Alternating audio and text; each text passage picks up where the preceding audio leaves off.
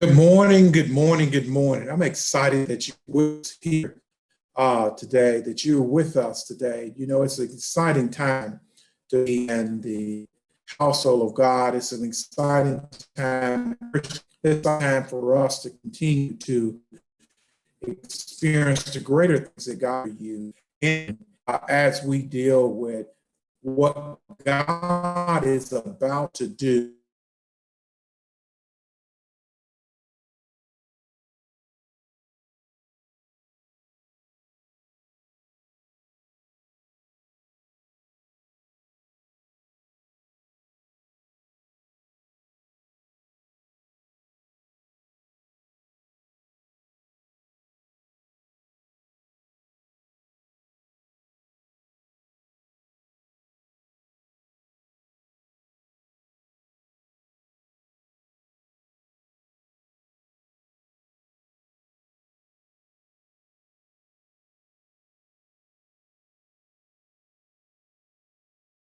When I will make a new covenant with the house of Israel and the house of Judah. It will not be like the covenant that I made with their ancestors when I took them by the hand to bring them out of the land of Egypt, a covenant that they broke. Though I was their husband, said the Lord, but this is the covenant that I will make with the house of Israel after those days, says the Lord. I will put my law within them. I will write it on their hearts, and I will be their God, and they shall be my people. No longer will they teach one another or say to each other, know the Lord, for all know me. For the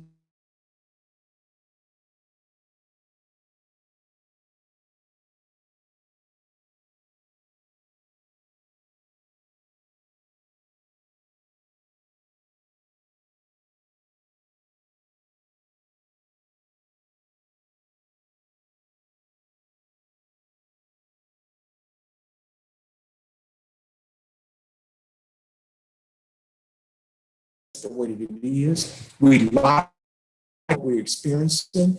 And then some of us consider because we've invested so much time in what have our normal that we do not want to change or to begin again.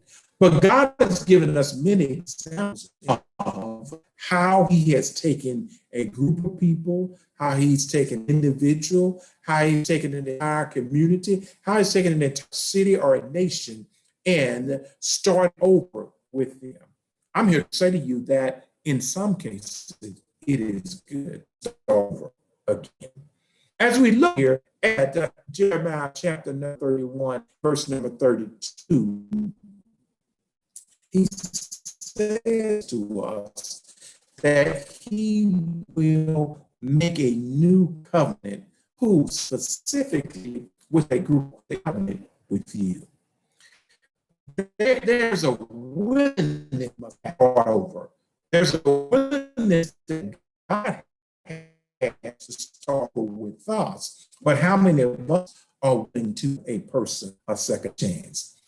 God makes it perfectly clear that the first he's going to restart the relationship, that he's going to restart the love affair with humanity and with a specific group of people who are a part of, even though when we walk away from God, every single time God has hand, his righteous right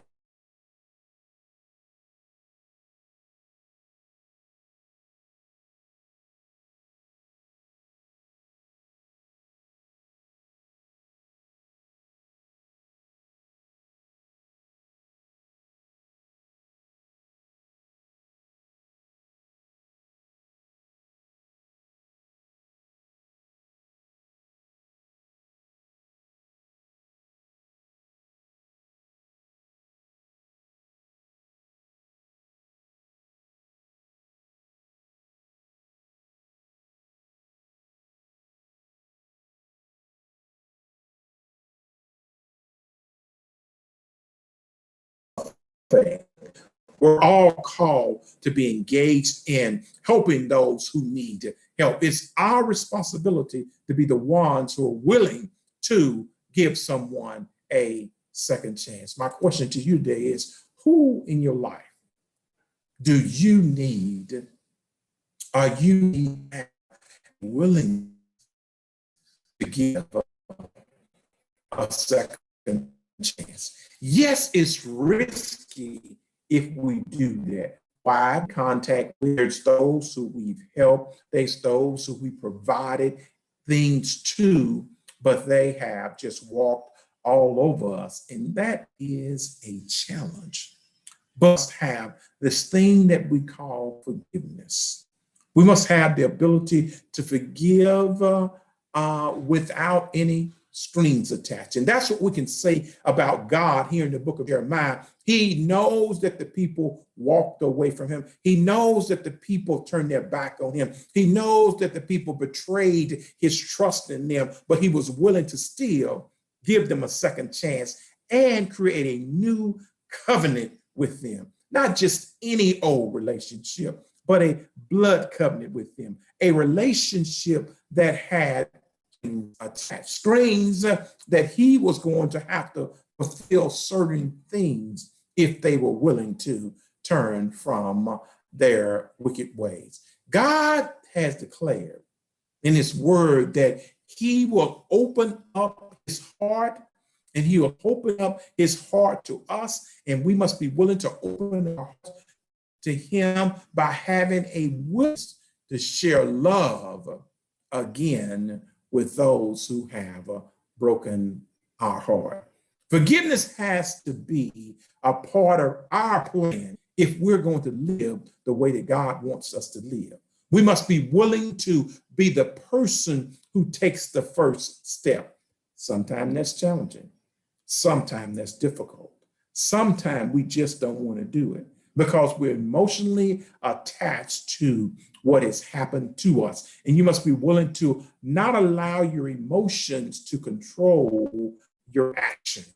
You must be willing to allow your spirit man to take first place. You must allow your spirit man to be the one who controls the destiny that you're on. Why? Because the spirit man is connected to God. We worship God in what? In spirit and truth, which means that our spirit must be in position to do what our natural man wants to.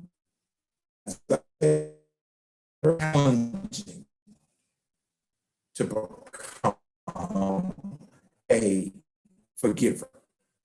But God here in the Jeremiah 1 verses 31 through 34 demonstrates to us that he has a willingness to be of man's iniquity, of man's sin. And what am I willing to forgive? You must be willing because God sent his son, Jesus, to die on the cross for who? For us, so that there's a bridge over to where God wants us to be in eternity. What am I saying to you today?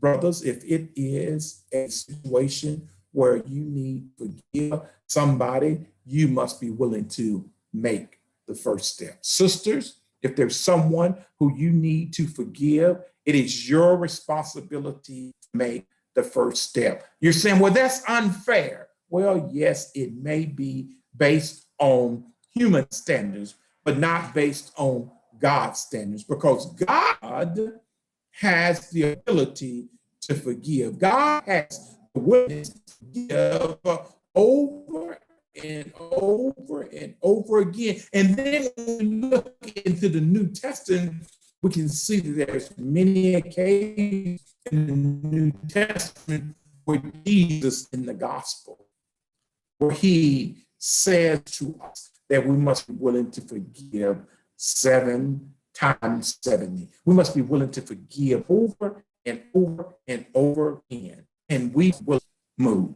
So is there something that you need to learn out of this particular lesson? One of the points is that you must be willing to make the first new move to and you must understand that God wants a relationship with you.